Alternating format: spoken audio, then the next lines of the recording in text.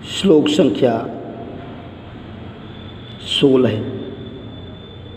इसके पहले बता दिया था कि अर्जुन से गुरुदेव ने गीध पर निशाना लगाने के लिए कहा। अर्जुन ने अपने धनुष को मंडलाकार बना करके और गीध को निशाना बना करके स्थित हो गए थे। मुहूर्तादिव तं द्रोणस्तथैव समभाषत पश्यस्येनं स्थितं भासं द्रुमं मामपि चार्जुन। क्या हुआ? अर्जुन, हे अर्जुन, मुहूर्तादि थोड़ी देर के बाद द्रोण माने द्रोणाचार्य जी ने तम माने उन अर्जुन से समभाषत कहा। क्या कहा? पश्य एनम स्थितम भासम। इस भासम माने गीध को, पश्य माने देखो, द्रुमम माने वृक्ष को देखो, माम अपि और मुझे भी देखो। द्रोणाचार्य जी ने अर्जुन से कहा कि हे अर्जुन, थोड़ी देर बाद द्रोणाचार्य जी ने उन अर्जुन से उसी प्रकार से कहा कि हे अर्जुन, इस गीध को देखो, द्रुमम माने वृक्ष को देखो और मुझे भी देखो। पश्यामेकं भासमिति द्रोणं पार्थोऽभ्यभाषत न तु वृक्षं भवन्तं वा पश्यामीति च भारत। हे भारत, पश्यामि एकम भासम इति द्रोणो पार्थ अभिभाषत। पार्थ माने अर्जुन उन द्रोणाचार्य जी से बोले कि हे गुरुवर, पश्यामि एकम भासम इति, मैं केवल इस भास माने गीध को ही देख रहा हूँ। न तो वृक्षम, न मुझे वृक्ष दिखाई दे रहा है, भवंतम, न आप दिखाई दे रहे हैं। कहा अर्जुन ने कि हे गुरुवर, मैं केवल इस गीध को देख रहा हूँ, न तो आप दिखाई दे रहे हैं और न वृक्ष दिखाई दे रहा है। आगे, ततः प्रीतमना द्रोणो मुहूर्तादिव तं पुनः प्रत्यभाषत दुर्धर्षः पाण्डवानां महारथम्। ततः प्रीतमना द्रोणो मुहूर्तादिव तं पुनः, मुहूर्तात् इव तं पुनः दुर्धर्षः, दुर्धर्ष द्रोणाचार्य जी ने प्रीत मनः माने प्रसन्न मन से, मुहूर्तादि थोड़ी देर बाद, पुनः प्रत्यभाषत माने कहा, कैसे? पांडवानां महारथम। पांडव कौन? अर्जुन से कहा। उसके बाद में उन महारथी, महारथी किसे कहते हैं?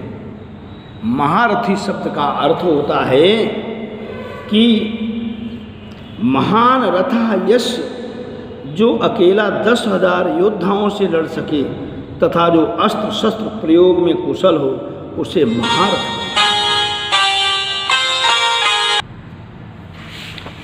इसके बाद में 18वां श्लोक, ततः प्रीत मना द्रोणो मुहूर्तादिव तं पुनः। उसके बाद में प्रसन्न मन से द्रोणाचार्य ने मुहूर्तात्मा ने थोड़ी देर में उन महारथी ऐसे पांडव माने अर्जुन से प्रत्यभाषत माने पुनः कहा। भासं पश्यसि यद्येनं तथा ब्रूहि पुनर्वचः शिरः पश्यामि भासस्य न गात्रमिति सोब्रवीत्। भासं पश्यति यदि एनम, यदि इस भास माने गीध को देख रहे हो, तथा ब्रूहि पुनर्वचः, तो फिर पुनः इसी बात को बताइए। तो फिर से इसी बात को कहिए कहा कि हमें फिर बताइए। शिरः पश्यामि, शिरः माने सिर को, पश्यामि माने देख रहा हूँ, भासस्य न गात्रम, गात्र माने शरीर को नहीं, इति स अब्रवीत, ऐसा अर्जुन ने फिर कहा। द्रोणाचार्य जी ने कहा कि यदि तुम इस गीध को देख रहे हो तो एक बार मुझे फिर से बताओ। तो स अब्रवीत, स अर्जुन के लिए आया है। उन अर्जुन ने कहा कि हे गुरुदेव, शिरः पश्यामि, मैं सिर को देख रहा हूँ, भासस्य माने गीध के, न गात्रम, शरीर को नहीं देख रहा हूँ। अर्जुनेनैव मुक्तस्तु द्रोणो हृष्टतनूरुहः मुञ्चस्वेत्यब्रवीत्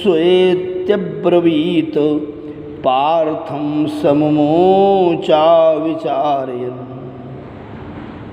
अर्जुनेन एवं उक्तः, अर्जुन के द्वारा ऐसा कहे जाने पर द्रोणः हृष्ट तनोरुह, जिनके शरीर का अंग अंग पुलकित हो गया है, प्रसन्न हो गया है, ऐसे द्रोणाचार्य ने मुंचस्त्वम अब्रवीत कहा। मुंच माने छोड़ दो, पार्थम, पार्थ अर्जुन, कहा कि हे पार्थ अर्जुन, तुम बाण को छोड़ दो।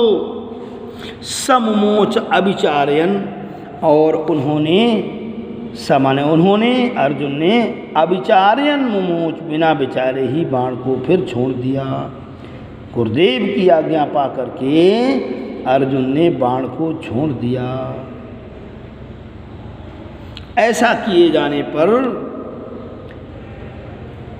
तस्तस्य नगस्थस्य छुरेण निशितेन च शिर उत्कृत्य तरसा पातयामास पांडव हर्षोद्रेकेण तम द्रोणः परिस्वजत पांडवम्।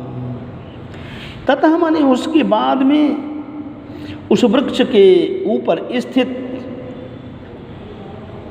गीध के सिर को, सिर माने सिर को, छुरेण निशितेन छुरेण, पैने छुरे से, उत्कृत्य माने काट करके, पातयामास गिरा दिया तरसा से। कहा कि उन अर्जुन ने इसके बाद में स पांडव, ततः माने उसके बाद पांडव, पांडव कौन? अर्जुन। उन अर्जुन ने निशितेन छुणे, निशित माने पहने, पहना किया गया है तीसदार धार के द्वारा। नगे, नगस्थस्य माने, नग माने पेड़, पेड़ पर स्थित उस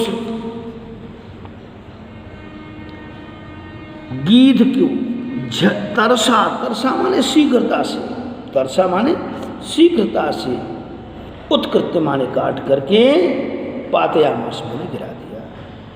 उसके बाद में उन पांडव अर्जुन ने उस वृक्ष के ऊपर स्थित गीध के सिर को शीघ्रता से पैने छुरे से काट करके नीचे गिरा दिया। हर्षोद्रेकेण, हर्ष से उद्रेक, हर्ष से प्रसन्न होकर, हर्ष की अधिकता से द्रोणाचार्य ने तब माने उन अर्जुन को परिस्वजत माने गले लगा लिया, हृदय से लगा लिया, उनका आलिंगन किया। कहा उसके बाद में उस पैने किए गए छुरे से गीध के सिर को शीघ्रता से अर्जुन ने काट कर जमीन में गिरा दिया और प्रसन्नता से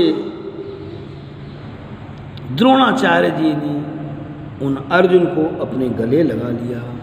इस प्रकार से ये लक्ष्यवेध परीक्षा का पाठ है और इसमें कुछ श्लोक हैं जो बहुत ही इम्पोर्टेंट हैं, उन पर टिक लगा लें और उनके आप लोग अर्थ लिख लें। यद्यपि मैं इस अर्थ को पहले ही व्हाट्सएप कर चुका हूँ। पहले आपको कुछ श्लोकों का अर्थ व्हाट्सएप कर चुका हूँ और एक दो श्लोक और हैं, उनको भी लिख लेना। पूरे सभी श्लोकों का अर्थ याद होना चाहिए। जिस छात्र को जिस श्लोक का अर्थ ना मालूम हो, कांटेक्ट करके पूछ ले, और कुछ श्लोकों का अर्थ मैं व्हाट्सएप फिर कर दूंगा।